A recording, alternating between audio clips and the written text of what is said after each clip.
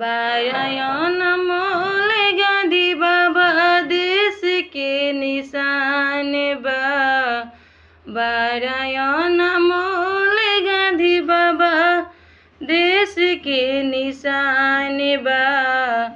तीन रंग तिरंगा झंडा हमनी के शान बा। तीन रंग तिरंगा झंडा हमनी के शान बा।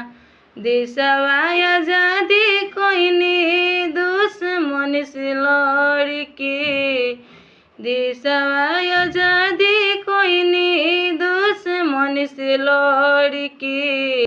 बांध कफन सीनावा पर झंडा लिहनी सजाई। बांध कफन सीनावा पर झंडा दिहनी सजाई। बीचवा में चक्र निशानी, बीचवा में चक्र निशानी ओहे पहचान बा। तीन रंग तिरंगा झंडा हमनी के शान बा। तीन रंग तिरंगा झंडा हमनी के शान बा।